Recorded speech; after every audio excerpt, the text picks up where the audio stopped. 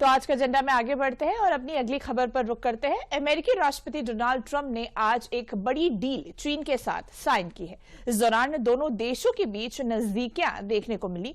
इस डील के समय सबसे अहम बात यह रही कि राष्ट्रपति ट्रंप ने भारत को लेकर भी प्रतिक्रिया देते हुए कहा कि हम हर किसी के साथ डील नहीं करते, लेकिन हाँ, शायद एक बड़ी डील हम भारत के साथ करने जा रहे हैं। इसी बीच कयास लगाए जा रहे हैं कि भारत और अमेरिका दोनों ही देश 9 जुलाई से पहले डील कर सकते हैं। इसके अलावा आपको बता दें कि इस समय राष्ट्रपति ट्रंप अपने ही बयानों को लेकर काफी सुर्खियों में बने रहते हैं।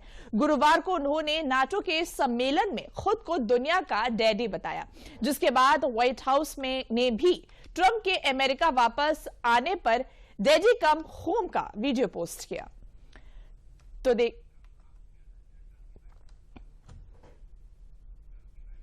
तो चलिए अमेरिकी राष्ट्रपति डोनाल्ड ट्रंप ने क्या कुछ कहा, चलिए आपको सुनवाते हैं।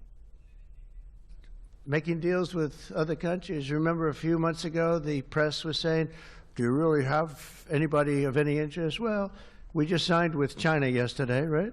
Just signed with China. We have everybody. We're not going to make deals with everybody. Some we're just going to send them a letter, say thank you very much. You're going to pay 25, 35, 45%. That's the easy way to do it. And my people don't want to do it that way. They want to do some of it, but they want to make more deals than I would do.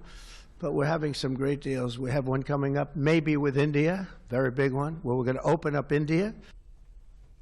तो इस खबर पर अधिक जानकारी देने के लिए हमारे साथ वीएन भट्ट जुड़ चुके हैं। वीएन भट्ट जी, देखिए, अमेरिका ने चीन के साथ एक बहुत बड़ी डील साइन की और उन्होंने ये भी कहा है कि वो भारत के साथ भी डील साइन कर सकता है। क्या ये सिर्फ एक बयानबाजी है या सच में भारत के साथ आप आगे कोई डील देख रहे हैं अमेरिका की? देखिए, इसकी डेडलाइन थी जुलाई 8 या 9 जुलाई थी, तो और ये खुद ट्रंप ने डेट एक्सटेंड की थी इस वर्ष अप्रैल में, और ये डील तो होनी ही थी। और ट्रंप जो है लगातार, आप वो ट्रेड वॉर हो, वो सीज फायर हो, वो बड़े बड़े बयान देने के लिए जाने जाते हैं। उन्होंने इंडिया में भी सीज फायर करवा दिया, यूक्रेन में भी करवा दिया, इसराइल और हमास के बीच भी करवा दिया। वो सीज फायर तो हुआ नहीं और इसराइल और ईरान का नया फ्रंट खुल गया। तो ये ट्रेड डील तो होनी ही थी। वो इसलिए होनी थी कि अमेरिका आज की तारीख में जिस कॉस्ट पे उसको वस्तुएं मिल रही हैं चाइना और इंडिया से, उस कॉस्ट पे वो अमेरिका में मैन्युफैक्चरिंग नहीं कर सकते। Labour cost are very high. और ट्रंप पहले भी बोल चुके हैं कि prime minister Modi is a very hard bargainer, very tough bargainer, he is a fantastic man. और जो अमेरिका के जो कॉमर्स सेक्रेटरी हैं लुटनिक, वो भी जब उनसे हमारे कॉमर्स मिनिस्टर पीयूष गोयल ने कहा कि हम म्यूचुअल इंटरेस्ट में डील साइन करेंगे, तो इससे उनको बड़ा इरिटेशन होता था कि ये म्यूचुअल इंटरेस्ट क्या होता है, इंटरेस्ट तो खाली अमेरिका का होता है। वो यहां तक बीच में उनको पीयूष गोयल से बात करने में दिक्कत हो रही थी, वो भी मान गए हैं। तो ये डील होनी थी। अमेरिका दुनिया का सबसे बड़ा इंपोर्टर देश है, उसको ये करना ही था, क्योंकि जिस कॉस्ट में उनको वस्तुएं और सर्विसेज इंडिया से या मैक्सिको से या चाइना से मिलती हैं, वो दुनिया में और कहीं उनको मिल ही नहीं सकती। तो ये ट्रेड डील होनी थी और केवल उनको ये साबित करना था कि वो कुछ नया करने वाले हैं, धमाका करने वाले हैं। उन्होंने सबसे बड़ा जो रोल बैक उन्होंने किया, बिग ब्यूटीफुल बिल। उन्होंने जो टेस्ला के चेयरमैन एलन मस्क को अपॉइंट किया, डॉज बनाया, डिपार्टमेंट ऑफ गवर्नमेंट एक्सपेंडिचर, और उसने और एलन मस्क ने $1 ट्रिलियन से अधिक का खर्चा कम किया और बिग ब्यूटीफुल बिल ला करके ट्रंप ने $4 ट्रिलियन का बजट का खर्चा बढ़ा दिया। इसके चलते एलन मस्क ने इस्तीफा दे दिया।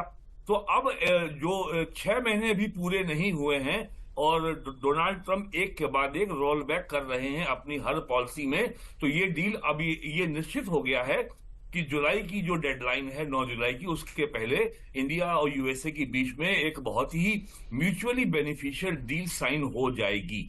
नहीं वीएन भट्ट जी, मैं आपसे ये भी समझना चाहूंगी कि अगर हम डोनाल्ड ट्रंप के बयान की बात करें तो उन्होंने ये भी कहा है कि वो हर देश के साथ पार्टनरशिप नहीं करते। ऐसे में भारत उनके लिए कितना मजबूत और अहम पार्टनर है, तब जब उसका चीन के साथ जो उसके रिश्ते हैं वो और मजबूत और गहराते हुए नजर आ रहे हैं।